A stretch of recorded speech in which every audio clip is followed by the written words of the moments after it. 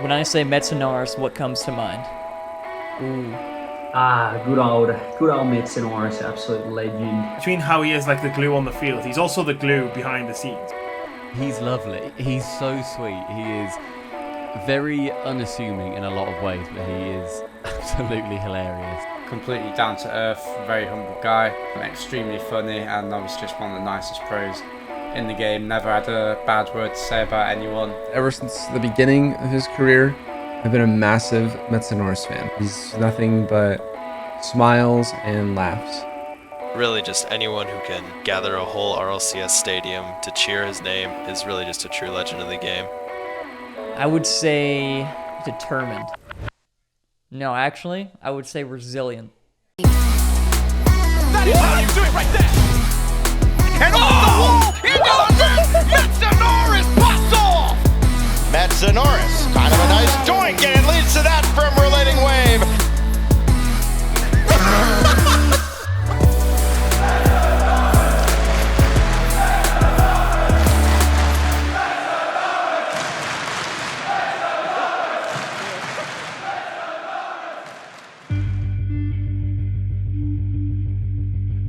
It's 2016. Psyonix just announced its first official tournament, the Rocket League Championship Series. Hello everyone, and welcome to the Rocket League Championship Series.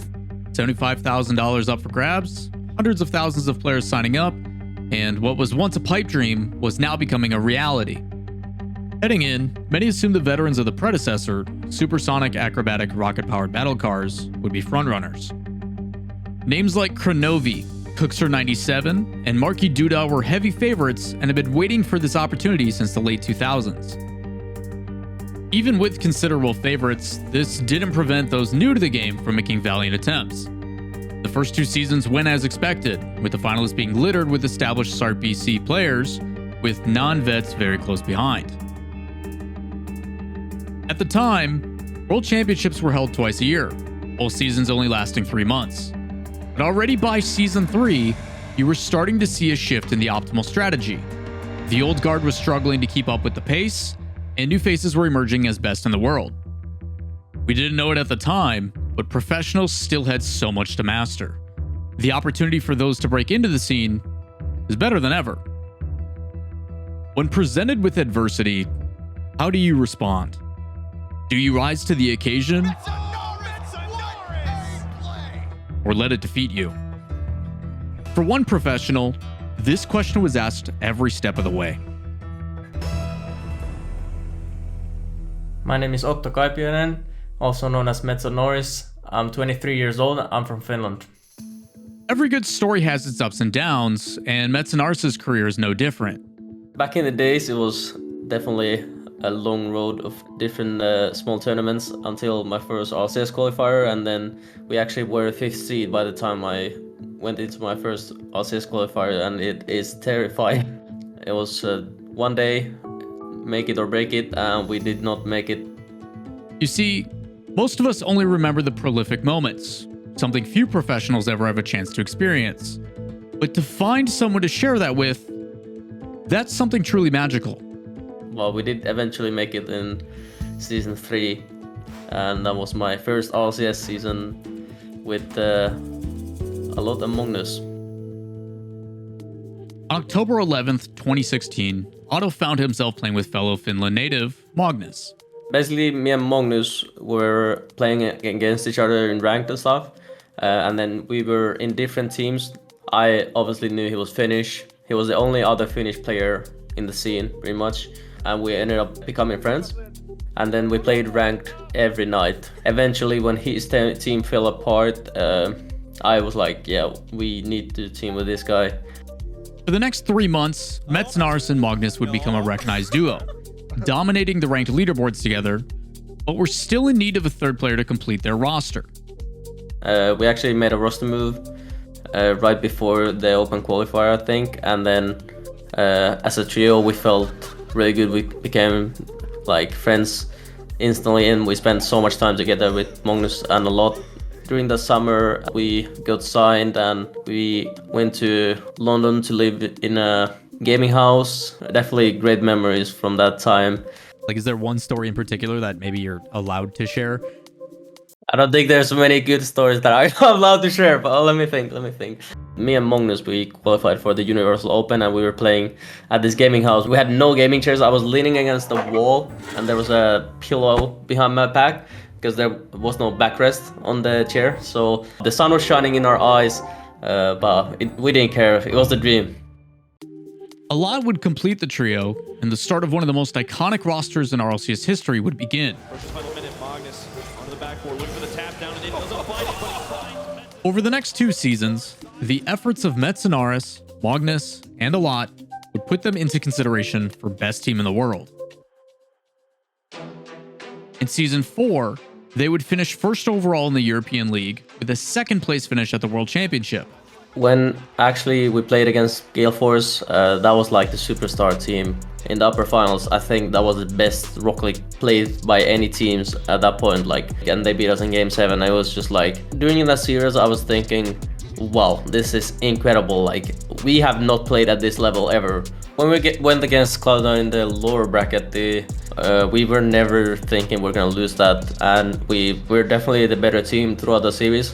But Squishy hitting that shot was like eye-opening, because I had never seen a goal like that in scrims, in anything. Final minute, this was the scoreline in Game 3. Cloud9 unable to take it to Squishy now with a daily shot. He puts it through. He's been going for this stuff all season, and he pulls it off here in the most clutch moment. I remember thinking that was an insane shot, and so be it, we'll still win. I think after Season 4 Worlds, we knew like we have what it takes to be in a big organization, getting paid a lot more than we were back in that day. I think it was more of a, we need to seize this opportunity and find a place where we can actually do this for a living and actually get as much out of this as possible. In Season 5, Complexity would only drop 2 series in European League play, but failed to secure wins in the playoffs. Because of this, they would be the 4th seed entering the World Championship in London. Season 5 Worlds is considered by many the best World Championship in Rocket League history, partly due to its crowd.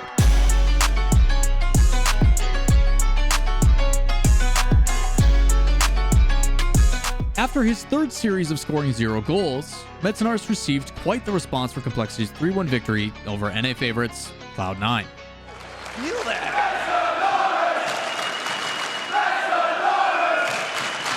I'm letting it go. Yeah, that chant was really incredible. At that point, I had already a rough season. Like, even in that tournament, I don't think I scored a goal before we got to upper finals. I just got word in that you hadn't scored at LAN yet. So how does this feel? I couldn't care less for winning. That chant definitely like brings just a warm feeling in my heart. Those kind of memories bring happiness to me for sure. Throughout his career, Metsanauris could be described as a selfless player. Averaging 5 assists per game in his first 3 series, the team went on to have yet another podium finish at the World Championship, making it to the lower finals before ultimately losing to Turbo Pulse again. K-Dop and Turbo will find themselves in a grand finals. Despite all this success, what came next may be argued as the worst roster change in RLCS history. Luckily for Metsanauris, it led to the first big victory of his career. So today we are announcing that we are going to be releasing a long-standing member of the team. That's going to be Metsanauris. Roughly a month later, Metsanauris was released from Complexity, having to say goodbye to not only consistent success, but his close friends. To this day, the Rocket League scene still questions this change. Why would a team that has placed top 3 in the world consistently modify their roster? I can only tell this story from my point of view. During that season, I felt like I was getting pushed out. Not only like the team, it felt like just being pushed out as like even a friend. Like they were playing with Greasy in ranked, not inviting me. It was tough for me mentally, and even like during the LAN there was some stuff happening. Like I knew I was getting kicked. I knew that they were gonna get Greasy in instead of me. So coming in to fill that open spot is going to be a former world champion in Greasy. 2 weeks later, Metsanauris would go to team on with another friend of his, Remco. Remco down. Target. Remco. I was like friends with Remco and them already. Even a lot said when they kicked me, like, I know people are interested in you and like you'll be fine. When I got home, I got asked by Remco if I wanted to try out with them. I didn't think anyone else better than that team were gonna try me out, so I was like, yeah. It went great, and we became a team. I was supposed to sign with them to Envy, but then they got dropped by Envy, so we were just a team without an org.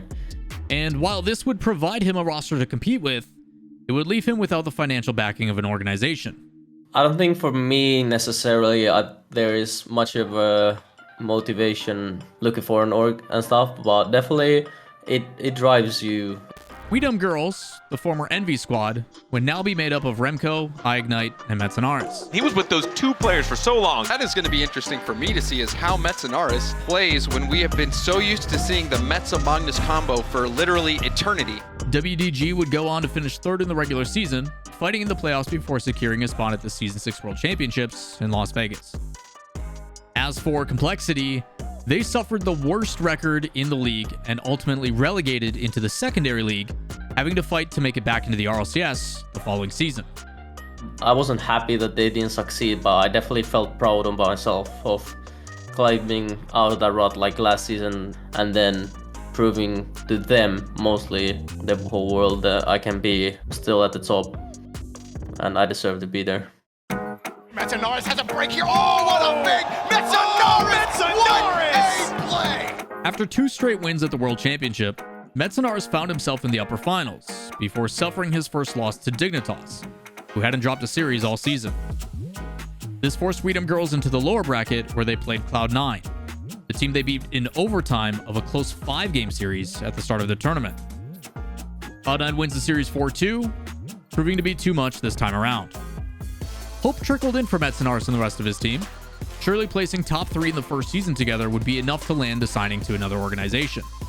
In just 2.5 weeks, the chance for a rematch on live television and a chance to make history.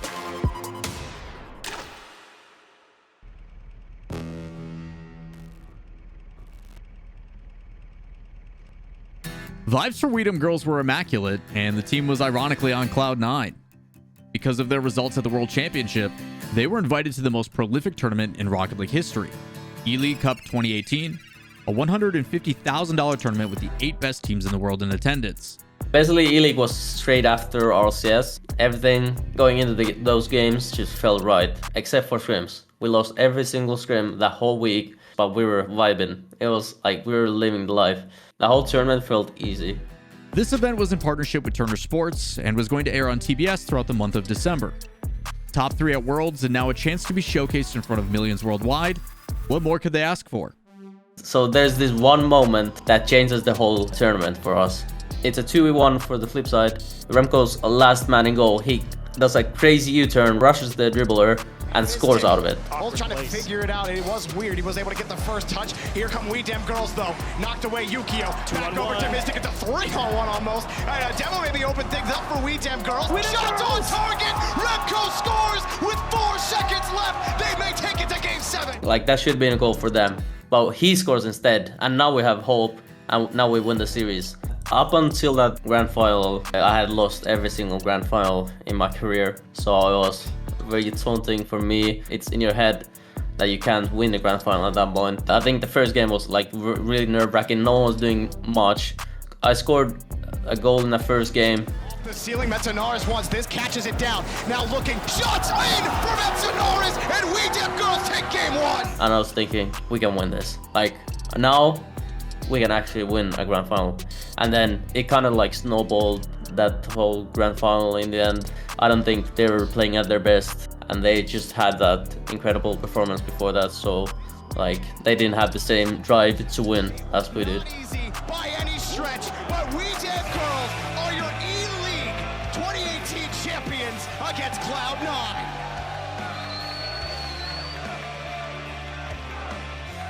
Unsigned, still one of the best teams in all of Rocket League. For years, the desire to lift the trophy had escaped him, and immediately upon joining a new team, he got to experience that feeling. Metsanauris, just gotta ask you too. How's it feel? You've been in finals before, but this time you're holding the trophy. I've been to like 2 finals and top 3 placements, and it feels so good to finally win something. Better yet, this was then coupled by being signed to one of the most prolific orgs in esports, Team Solo Mid.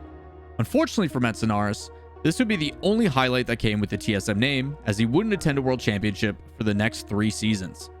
I'm Metsanauris, and we play Rocket League for TSM. TSM was huge, so we were thinking, let's make this count. It was a huge deal, definitely the biggest org I've ever been a part of. After all that struggle to find an org, we actually got a good offer, and we got it in the end. We got an org. The reason we started falling off, I think the team got like too satisfied for what they were. No one had the drive that we had the previous season. As for TSM, going from 2nd place at the start of the day to 5th. Yeah, that's rough for them, and honestly, they can only blame themselves. It was very tough for me, at least that season, because I felt like we weren't giving it our all. It just felt half-assed, and the seasons after that as well. I think things started going downhill and no one wanted to do anything about it. The team would undergo 3 different roster iterations, as a steady decline in results and complacency became an ongoing issue with one of the players on the roster. Other people need to grind now because they haven't made it. We have made it. I was like, we have not made it. We have to get better. We got complacent for sure. The relegation with complexity Otto avoided back in Season 6 had now caught up, and he was now being dismissed to the secondary league. Luckily for Metsanauris, he caught the eye of an unassuming coach.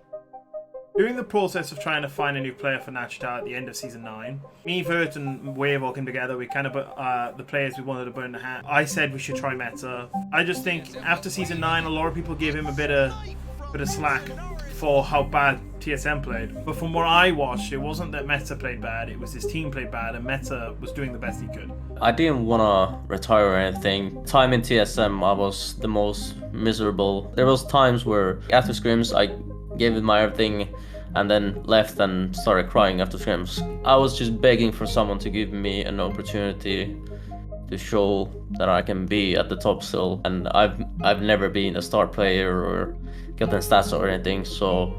Throughout his entire career, many have overlooked Metsanauris due to his play style. He's never been the flashiest player, but the fundamentals have always been stellar. No matter how much he tried to set up his teammates, TSM has been doomed to fail for well over a year. I started to just try out with anyone. Like, I was screaming 4 times a day, just finding tryouts. A bit of time went by. I got some tryouts from RLCS, and then I got a message from Eclipse, and I was like, yes, this is my opportunity, because I was thinking, if I get a tryout, I will get a spot. I knew I was gonna prove myself, and definitely after the tournament, how it went, I definitely knew it was pretty much a sealed deal at that point. After a successful tryout on June 1st, 2020, Metsanauris signed to Endpoint alongside Relating Wave and Virtuoso. I'm so excited to finally announce that I've joined Team Endpoint. This was an opportunity to make his way back onto the main stage, something no other RLCS player has accomplished. Season 10 of RLCS was met with a plethora of changes, revamping the RLCS format for a 3rd time. League play was no more, and teams now competed in a circuit-based system. Every event awarded points to its competitors, and after 12 grueling tournaments, 24 teams were invited to the World Championship. Unfortunately, for the 2nd year in a row, teams would only be able to compete against other rosters from the regions due to a global pandemic. Competition was more stacked than ever, and Endpoint would finish 10th overall, missing out on the playoffs. It was a very streaky roster. I think we played a crazy playstyle. It didn't feel easy at any point, so sometimes things clicked and sometimes it didn't. At this point, Metsanauris had been competing for 8 seasons. Having nothing short of an incredible career, the thought of retirement might be looming. We've seen other pros hang on for too long and ultimately end up tarnishing what was once a stellar resume. For Metsanauris, he was feeling nothing but revitalized. Just the first season at Endpoint, it felt so refreshing to be in a team that actually wants to improve. And after the season, there had to be some roster change. We ended up trying out with Seiko. I had no idea who he is at that point. Just went to look at his Wikipedia, watched some replays. He looked solid. He's won some French tournaments. Turns out, amazing guy, amazing work ethic, great teammate, like incredible.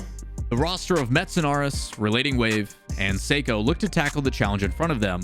Another 10-month season in RLCS 2021-2022.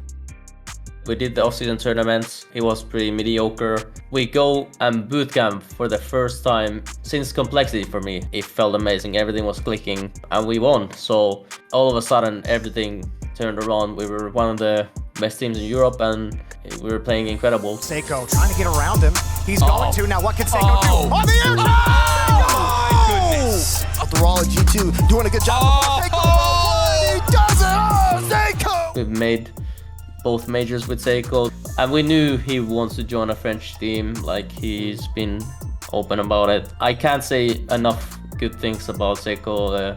Truly a gem of a teammate. Loved playing with him. Waves of success, but again, Metsanauris is met with a hurdle and only 2 weeks to find a solution. We asked a couple guys. Only one guy wants to try out. It was Archie. Can you describe yourself in 3 words? English. Over the course of the next 3 regionals, Endpoint did their best to find their footing with Archie. So when we got Archie, we were thinking like that's probably gonna be very similar to how we played with Seiko. Turns out not the case. He's a lot more defensive minded, so the first regional was not great from us. Everyone was very passive. We had to figure out a way to actually make this work again. Literally, we had less games with Archie by the end of the regional than we had with Seiko before the regionals even started, with all the off-season tournaments. So we're very proud that we actually made the major in that short of a time span to actually make it work. Even with these obstacles, Endpoint qualified for the Spring Major and secured enough points to qualify the World Championship main event. Metsanauris, he's been around before. Then for a while he was gone, but he's back at the Copper Box. Major in London, not great either. Yeah, just first time playing together as a team. It's so tough, and we feel a lot more confident going into Worlds when we actually have had some games on LAN, and we kind of know what's gonna go on when we go on that stage. 1,367 days. 118,108,800 seconds Metsanauris spent wishing he could have another chance to compete for a World Championship title. And it finally happened.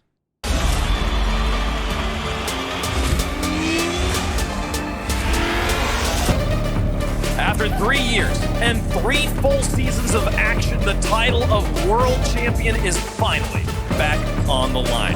We get an extra shot as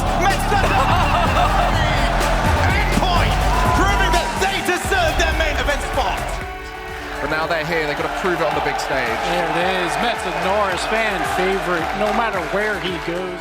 At the RLCS World Championship, Endpoint would fail to obtain a win, losing both their series before ultimately being eliminated. I think I've had to battle so much more than 90% of pros to stay at the top without being a star player. I've never joined a top roster.